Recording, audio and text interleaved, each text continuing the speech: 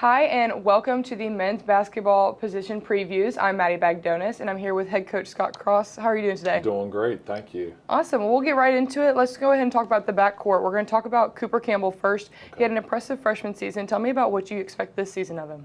Yeah, I mean, he is a guy that's tough, he's gritty, he can really shoot the basketball. He should have one of the highest assist to turnover ratios in the conference this year. I would expect him to be, close to 3-1. Runs the show for us, just a floor general. I mean, he's the prototype point guard. He makes us better. He's a winner.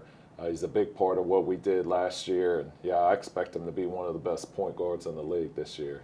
Awesome. Yeah, we'll move over into his brother Kobe. He had that injury last season, just about a year ago. And then coming into this season and him being on the floor possibly with his brother, what kind of chemistry do you see between those two? Yeah, the ultimate chemistry. I mean, they've played with each other for 18, 19 years. And so it's like having a clone of each other. One's left-handed, one's right-handed. You can have them on each side of the court. They really know how to play and create shots for each other. They're both lethal from the three-point line. They're both really good passers and can create shots for other teammates. They're going to be a handful for opposing teams on the defensive side of it. Yeah, tell me a little bit about having their dad now as a part of the coaching staff and that kind of chemistry between the three of them and how that's kind of changed for the team dynamic. Yeah, the three red mambas, as we call them. So they both look like clones of their dad. Coach Campbell is a phenomenal coach. I mean, he's been a head coach for, 20-something years, but he's brought so many great new ideas, really knows the game on both sides of the ball. We've kind of put him more in charge of offensive stuff. He's got a great feel. He's helped us with our press offense, our flow, basic offense that we run, but his knowledge and mind for the game is really elite. Yeah, awesome. Well, we'll keep in that father-son duo, and we'll talk about your son, Austin. Tell me about what a privilege it is to have your son on your team, be able to coach him. Yeah, I mean, it's challenging at times. It's great. Last year he was redshirted, but he got to go on all the games, so it's kind of cool being able to win the championship and go to the NCAA tournament. I think it would be even better if we're able to do it, when we're able to do it, and he's actually playing. But he's working hard. He's in the rotation.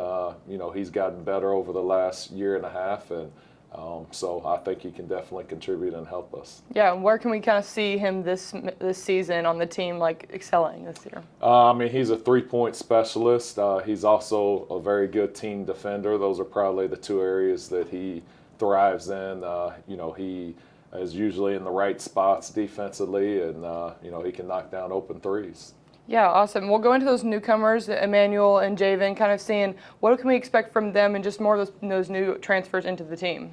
Yeah, E-Man, as we call him, Emmanuel Clarton, is, he's just a freshman, but he's already kind of transformed into one of the better defenders on our team.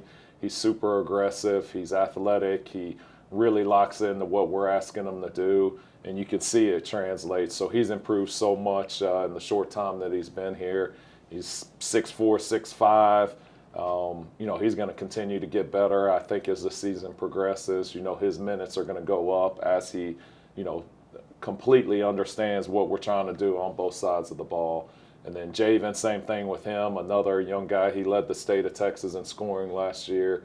Really dynamic playmaker, can shoot the basketball, can create for his teammates. Same thing, he's going to continue to get better as he learns and gets adjusted to the physicality of Division I basketball. Yeah, we'll move into talking a little bit about Javen and how he had 30 points per game his senior year of high school. Talk about how we're going to kind of use that into this season and how that kind of helps him progress into Troy basketball. He'll be primarily a point guard, so, there are times, we need our point guards to score. We want them to, get us into the offense and create for others. And then when the ball comes back around, obviously he's a dynamic scorer, and we're going to need him to get buckets. But, yeah, that was one of the things that we noticed. But what impressed me the most, even though he averaged 30 points per game, is how he created shots for his teammates and just he knew how to play. He's a coach's son as well. He really understands the game and has a great kind of sixth sense and feel for the game. All right, well, you have a player from Canada, Javier. Tell me about him. Yeah, he's a point guard, very tough defender. He's scrappy. He's going to redshirt this year, but he makes us better every single day in practice. And, the future is very, very bright for him. So he'll have a year where he can just develop and make our team better. We're excited about the future for him and the Trojans. Yeah, and talking about Cam, he has been here the longest out of anybody on the team currently right now, 4 years. How has that experience on this team kind of helped the rest of the team just kind of mesh together and create that Troy culture you have here? Yeah, he's the ultimate teammate, never complains about anything, makes us better every single day in practice.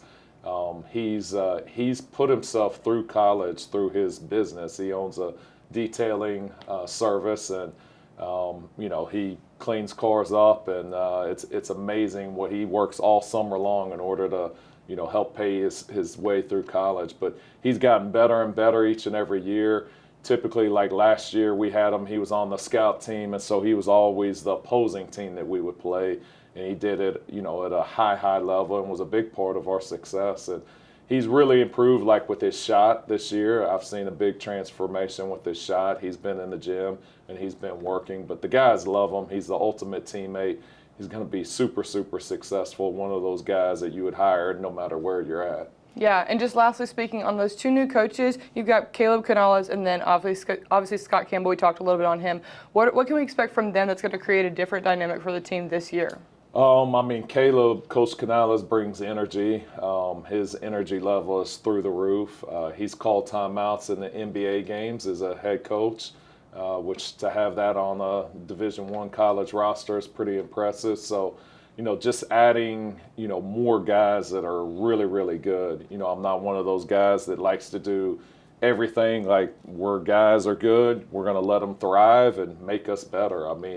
Rising tide raises all the ships, and that's kind of what I believe in. And so we have phenomenal coaching staff. Coach Gilbert, Coach Lewis, Coach Cordero have done a phenomenal job last year in making our guys better. They're still here, and they'll continue to make us better. And then we have a crop of GAs. I don't even know how many, but they are really, really good, and they're future coaches, guys that I would, could see myself hiring one day. So, and then we left out Carrington Keel and Victor Valdez. So they're two key guys as well. Victor is a 6'5", kind of like our version of Luka.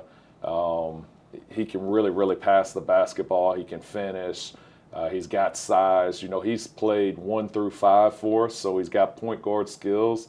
But we started him at the 5 2 years ago against Arkansas State when Jackson Fields got injured. So very, very dynamic player. And then Carrington Keel's like the ultimate glue guy. He started, I think, 2 games last year in place of Miles Rigsby, and in his first game against Monroe, he had a double-double. So he's a guy that continues to get better, one of the best leaders I've ever been around. Extremely high character, probably our best all-around defender right now, and a guy that's definitely going to help us win games. Yeah, and is there anything else that you can let the Troy fans know about the team coming into this year and just what they can expect overall? Well, I did leave out the Flying Dragon, too. So Hikaru is one of our newest players from Japan, so we call him the Flying Dragon, but he's on the team as well. But, yeah, we're excited about this group. They're fun to watch. They can really shoot the basketball. I would expect a lot of threes. I think this year's team will play a lot faster than last year's team. Should be a fun group that's going to continue to get better each and every day. Yes, sir. Well, thank you so much, and thank you for listening in on the positional previews for the men's basketball team on the Backcourt.